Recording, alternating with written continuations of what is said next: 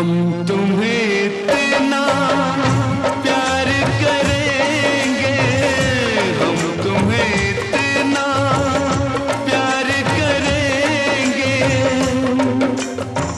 कि लोग हमें